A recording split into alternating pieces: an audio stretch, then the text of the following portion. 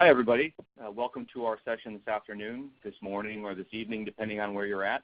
We are going to talk about the CLQT, the Cognitive Linguistic Quick Test Plus. Today, we're going to be here for about an hour, so sit back and relax, and hopefully you all feel comfortable to interact with me as necessary. There is a handy little chat feature at the bottom left of your screen. Feel free to type your message in there or type a question in there as we go along. And if I can't answer you today, I do have a few resources that will be able to send out some answers to you all after today's session.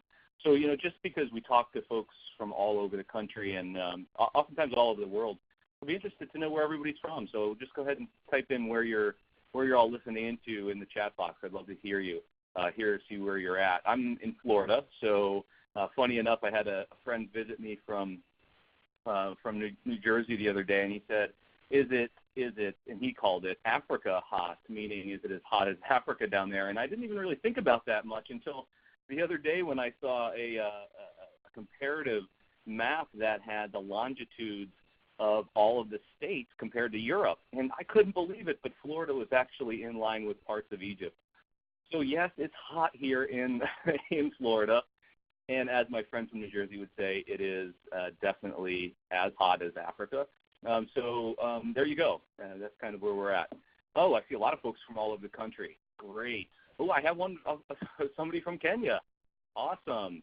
So anyway, let's get talking today. We are going to address a lot of the CLQT plus. I'm going to go over what we do know and have known since 2001 as a CLQT. I'm going to talk a little bit about the background there. I'm going to talk about some of the interpretation and uses of this test. And we are going to have some time for questions and answers at the end, but please don't hold me to this minute agenda because I tend to talk about certain issues as they come up. These are the learning objectives that you all have with regard to the ASHA CEs, so rate them appropriately, based on your experience today, and hopefully you all get answers to these questions throughout the hour today.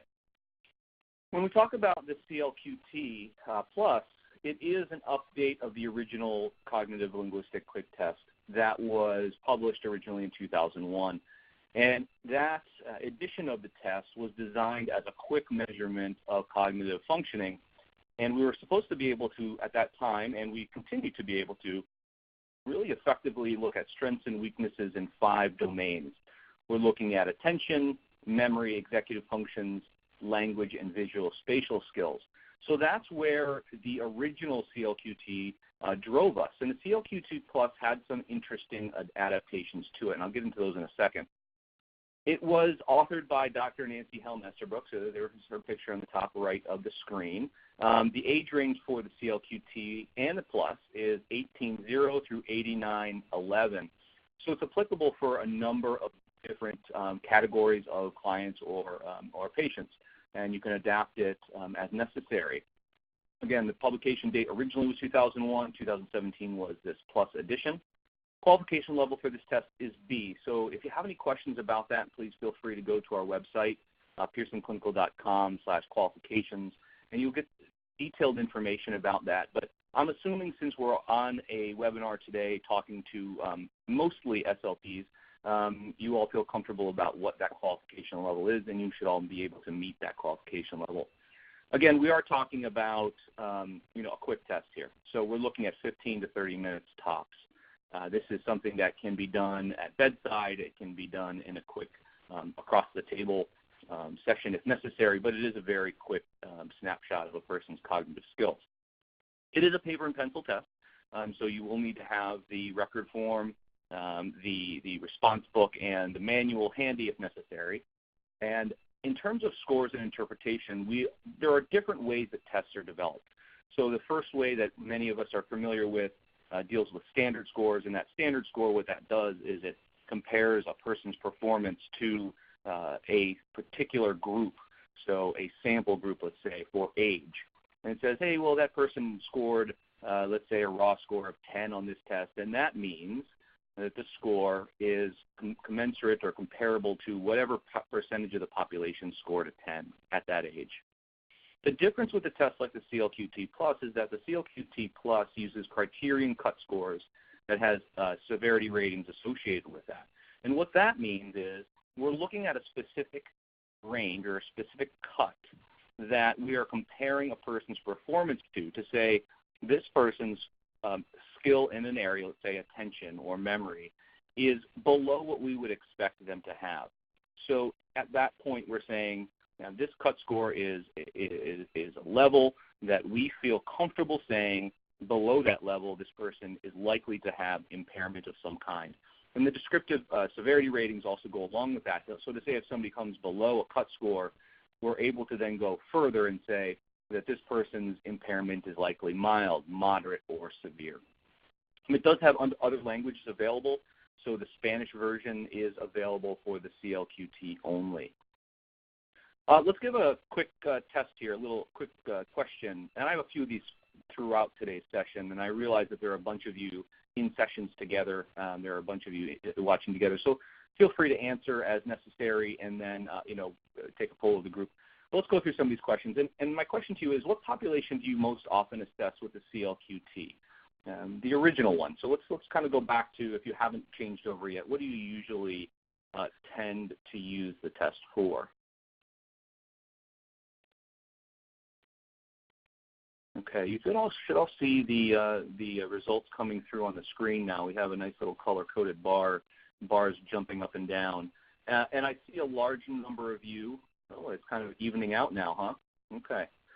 So actually, you're all using this test for very common reasons. TBI, dementia, stroke. Oh, I should say stroke, not STR. Okay, I apologize for that. Left or right hemisphere strokes or other. And if you have others, what other areas are you assessing with the CLQT? Go ahead and throw that in the chat box in the bottom left. I'd be interested to see what you're using it for. So we are all using this for very common, very, very similar purposes, TBI, dementia, and stroke. And if you have any other questions or any other categories, please feel free to type those in. In addition, the next question I have for you is, does this test provide you with the information that third-party payers need? That's always one of the questions that makes us, sit back and put our thinking caps on about, right? Are we going to get paid for this? Is this giving us appropriate information? So go ahead and feel free to rate that based on strongly agree all the way down to strongly disagree.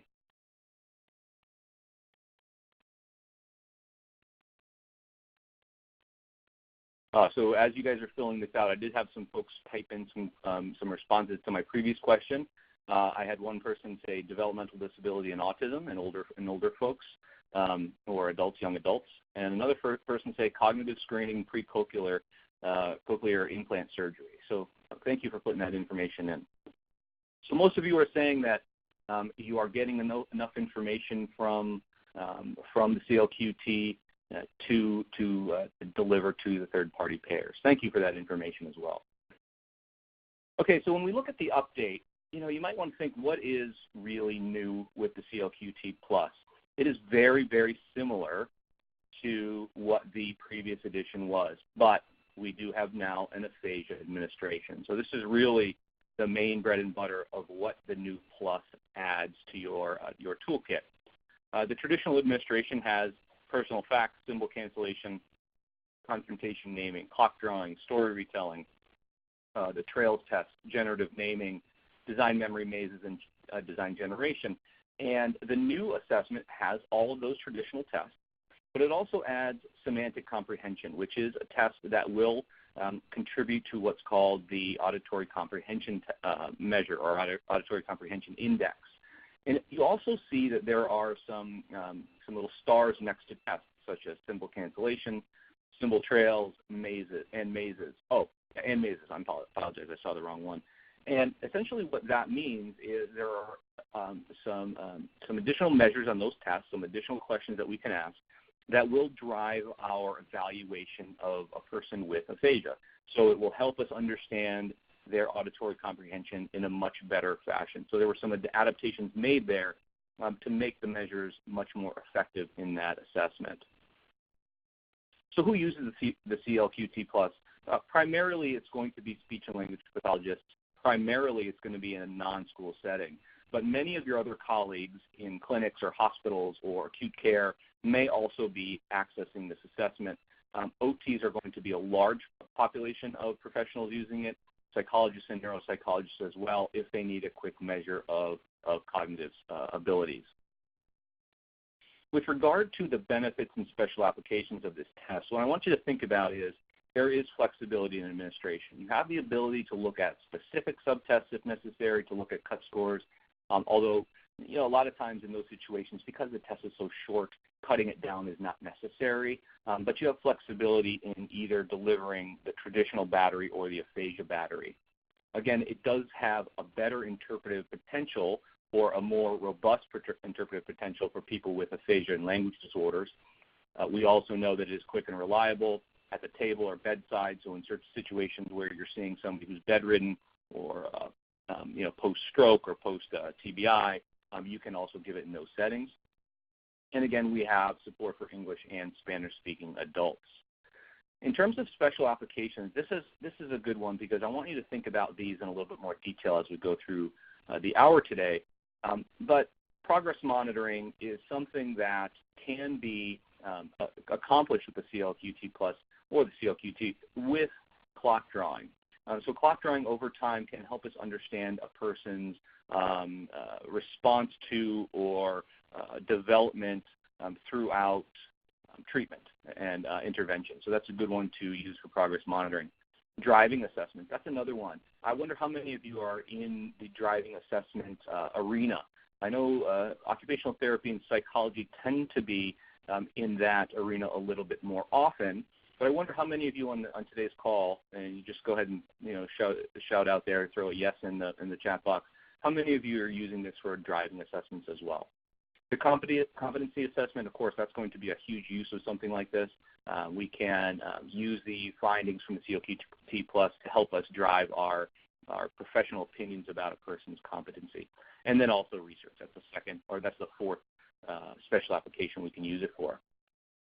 Essentially, you have a lot of tools in your toolkit. And why would you pick the CLQT Plus for this specific purpose? We want to make sure we're using the right assessment to answer the right questions. Essentially, I have these 5 questions up here, and they will help you drive choosing when you need to choose the CLQT Plus versus another assessment. If you need to screen for rehab and acute care prior to psych eval, this is a good use of the CLQT Plus. If you need a tool that helps you detect early cognitive decline or other conditions as they present together, this is a good assessment for that purpose.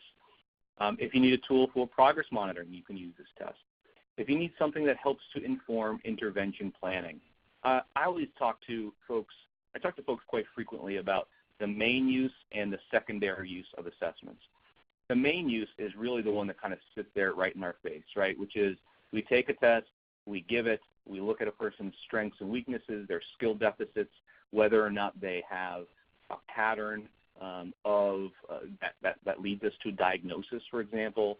But the secondary uses of a test sometimes are more important, which is how do we drive interventions? How do we make sure that what we're doing is effective? And I like to say that is oftentimes that is the most important component for me. I know that's not for everybody, but for me that tends to be one of the most important components. And the CLQT Plus can be used if that's one of your questions. And also that last one there is you need a tool to help supplement driving evaluations. Driving evaluations are quite complex and do include or incorporate a number of different areas for the assessment. But cognitive functioning is and should be one of those areas. So using the CLQT Plus in that area as well can be quite effective. Let's just go into this a little bit more in detail in terms of driving evaluations, but certified driver rehab specialists and generalists use this as part of the assessment process to indicate a need for on-road assessment or to really support that talk that you have around stopping driving with older individuals. I remember that conversation that was had, and I'm going back to probably the late 90s with my grandfather at the time who could not drive anymore. And that discussion that was had with him was a very difficult one. I don't know if anybody here has had that experience with a client, with a patient, but that discussion is very difficult. And you want to make sure that in those situations you have as much data as possible to have that discussion. It's a tough one to have, and folks tend to have a very difficult time accepting that finding. So let's talk about the development of the new tasks, because again, we have a few new tasks here. When we talk about how they were developed for the CLQT+, the picture stimuli for the semantic comprehension task, which is a new test, were taken from the confrontation naming task. And then the verbal stimuli were developed to elicit nonverbal responses so that the examinee you're testing can demonstrate their knowledge free from the requirements of language. Again, so that's really helpful there. The CLQT users at the time this was developed were contacted by Pearson to participate in a study to collect their responses on semantic comprehension, as well as some of the other CLQT tasks. Now, because it was so important at that time during development to collect responses from individuals with language impairment, the clinicians who were doing the testing were asked to target people diagnosed with only a left hemisphere stroke and probable aphasia. But additional inclusion criteria at the time included pre-stroke right hand dominance, proficient English language skills prior to aphasia, non-concomitant diagnoses of TBI, dementia, Parkinson's, or other neurodegenerative diseases, as well as vision and hearing intact within normal limits. This led us to the study of error. So reliability, that number 3 there, is an assessment or is a way that we look in test language and test lingo at a test error. Now, every test has error. As close as it gets to R equals 0.10, which is unattainable, which would be no error in a test, the better the test is. So just a quick shout out here to the psychometrics of the CLQT+. That CLQT+ has a split half reliability of 0.91, which is considered high. So essentially what we're talking about here is that it means that the test has a low amount of error, and you can use it effectively for the purposes that we're stating. I do want to go over some of these numbers just to show you what it looks like in terms of the differentiation between aphasic and non-clinical samples. And I have a couple slides here that will give you some information in that. I won't go into detail about this, but just so that you can all see what it looks like and see what the numbers look like. So if I look at, let's pick one that is, let's pick one like generative naming, for example. Generative naming in the aphasic sample had a mean of 1.74. In the non-clinical sample had a mean of 6.57. So a pretty significant difference there. Now, I'm not looking at significant levels. I'm just showing you the differences between the scores in the samples. Another one, confrontation naming. We have a 6.51 in the aphasic sample and 10.0 in the non-clinical sample. So this is for 18 to 69. This is the 18 to 69 age group. If we go over then and look at the 70 to 89 group, we see a very similar pattern. So if we're looking at something like a confrontation naming, we see 6.63 in the aphasic sample, 9.94 in the non-clinical sample. And really, you can look at these at your leisure. Feel free to look at those and send me some questions later on. I just wanted to show you this to show you that the pattern really stands true for all of these tests that we have in the CLQT+. And in addition, what this does is it shows us, this slide, which is table S4 from the manual, shows us that each of the tests included in the CLQT does show a difference between each of between the clinical and non-clinical samples. So essentially what we're looking at here is at the p-value of 0.01, less than 0.01, each of the tests differentiates significantly between clinical and non-clinical samples. What you don't see up here are effect sizes, which is another way for us to evaluate whether it is effective in differentiating between clinical and non-clinical. And I will tell you that based on information provided by the researchers in the manual, the effect sizes are all moderate to large, which means that we can really see the difference if we're using this test with clinical and non-clinical groups. Let's throw up another question here. Just thinking about third-party dictated time parameters, I know a lot of you said it wasn't applicable to you, but does the test time of 15 to 30 minutes fit within third-party dictated test time parameters? Do you find that it is helpful or that it fits into your evaluation time frame?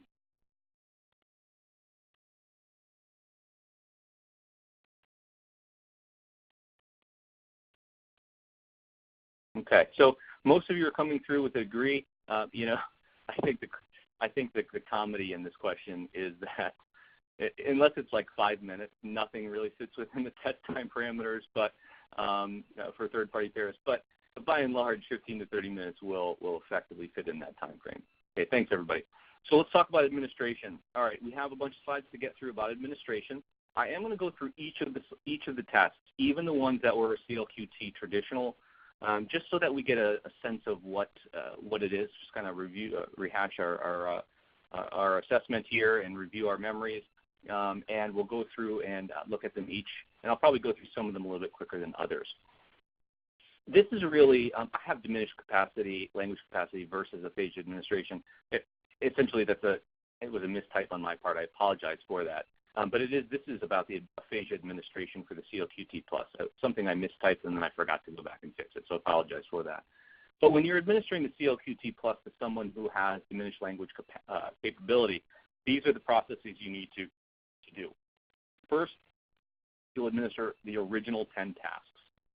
And when you administer them, you want to make sure that you're taking note of any modifications that you make to the tests, as well as any modifications that are requested or required based on an aphasic administration, and they will be contained in the banner at the beginning of each subtest. I'll show you those in a minute. Also, what you're going to do is complete the examiner-rated items and symbol cancellation, symbol trails, and mazes. So what you'll see as we go along here, there's some additional questions that are asked on those tests that will then be used for the auditory comprehension score. Additionally, for aphasic patients, you'll administer the semantic comprehension task and then calculate the auditory comprehension score. So that's basically where those are. That's basically the process. So let's go actually look at that in more detail. So I did have a question that came across. Ryan asked if you could get a copy of the presentation slides versus the ones that I sent out last night. I actually can't send you the ones that I'm using today, and the reason why is I made a specific handout deck that I sent out to you all last night. You should have gotten it in an email.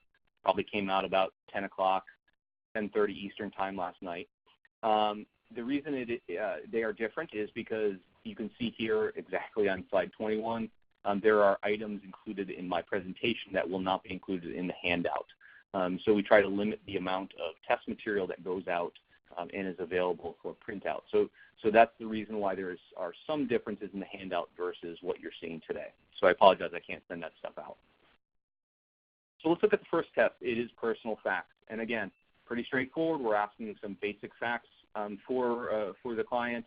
And it's an easy question and answer system and feedback system. What I want you to do is